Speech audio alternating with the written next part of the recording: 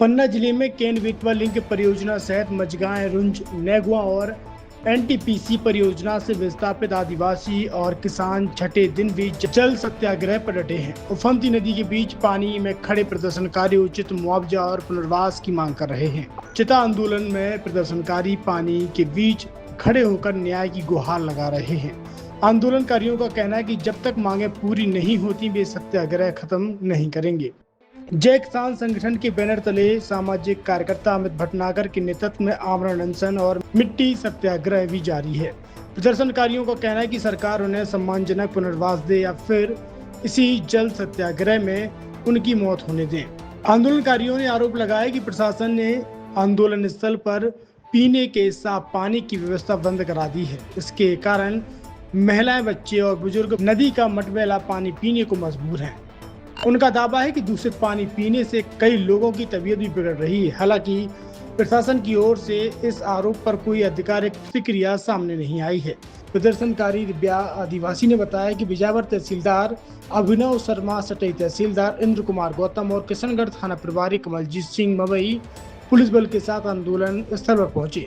इस दौरान ग्रामीणों ने अधिकारियों और विस्थापितों की समस्या का समाधान करने के बजाय डराने, धमकाने और भ्रष्टाचार के आरोप लगाए। इन आरोपों पर प्रशासन का पक्ष सामने नहीं आया है। पूर्व कैबिनेट मंत्री और पन्ना विधायक बृजेंद्र प्रताप सिंह ने कहा है कि राज्य सरकार ने मझगांव, रुंज और केन बेतवा लिंक परियोजना के विस्थापितों के लिए विशेष पुनर्वास पैकेज को मंजूरी दी है। इसके तहत पात्र परिवारों को प्रति परिवार 12.5 लाख रुपए तक का एक मुफ्त पुनर्वास अनुदान दिया जाएगा। वहीं प्रदर्शनकारियों का कहना है कि केवल पैकेज की घोषणा से समस्या का समाधान नहीं होगा। जब तक सभी वास्तविक विस्थापितों को उनका अधिकार और पुनर्वास नहीं मिल जाता तब तक आंदोलन जारी रहेगा। वहीं प्रशासन की ओर से अब तक आंदोलन खत्म कराने को लेकर कोई आधिकारिक घोषणा नहीं की गई। जैसा कि आप सबको विदित है कि आज हमारी कैबिनेट थी। एक आपने देखा होगा कि लंबे समय से एक संघर्ष केन बेतवा वालों का और क्या अपने रुंज और मझगांव डैम वालों का चल रहा था, जिसमें अनावश्यक रूप से कई लोग अपनी रोटियां भी सेक रहे थे और गरीबों के ऊपर राजनीति कर रहे थे।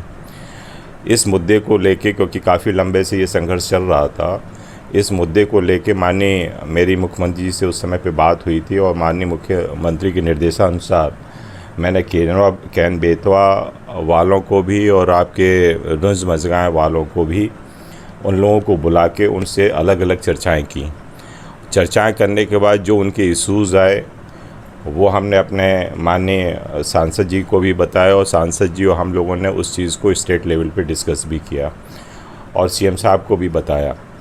इसके बाद हमने उनकी जो हमारी टीम थी, उनके जो लीडर्स थे, उनके हमने ऐसे करीब 70-80 लोग तीनों परियोजनाओं के हमने लेके और माननीय मुख्यमंत्री से समय लेके मैं और हमारे सांसद हम सब लोग उनसे मिले और उसमें मिलने के बाद उन्होंने हमें आश्वासन दिया कि जो आपकी मांगें हैं वो उचित हैं, क्योंकि कैन वाले इशूज़ में ये था कि 2022 में जो उनको अवार्ड घोषित हो गया था, लेकिन उनकी मांग ये थी कि छतरपुर ज़िले में 2024 में हुआ है, इसलिए हमें 2024 किया जाए, उसमें जितने परिवार छूट रहे हैं उनको भी शामिल किया जाए।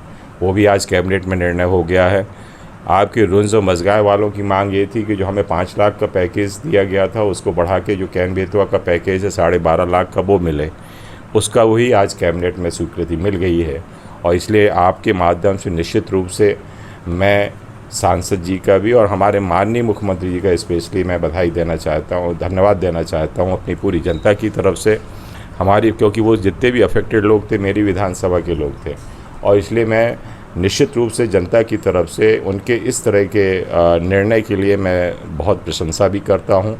उन्होंने गरीबों के हित में देखते हुए, क्योंकि मोस्टली सभी लोग गरीब थे, भले वो किसी जात समाज के रहे हों, वो मोस्टली ट्राइबल भी थे, यादव समाज के भी थे, ब्राह्मण समाज के भी थे, अन्य समाज के, लेकिन सब गरीब थे और ये उन्होंने बड़ा ऐतिहासिक निर्णय लिया है।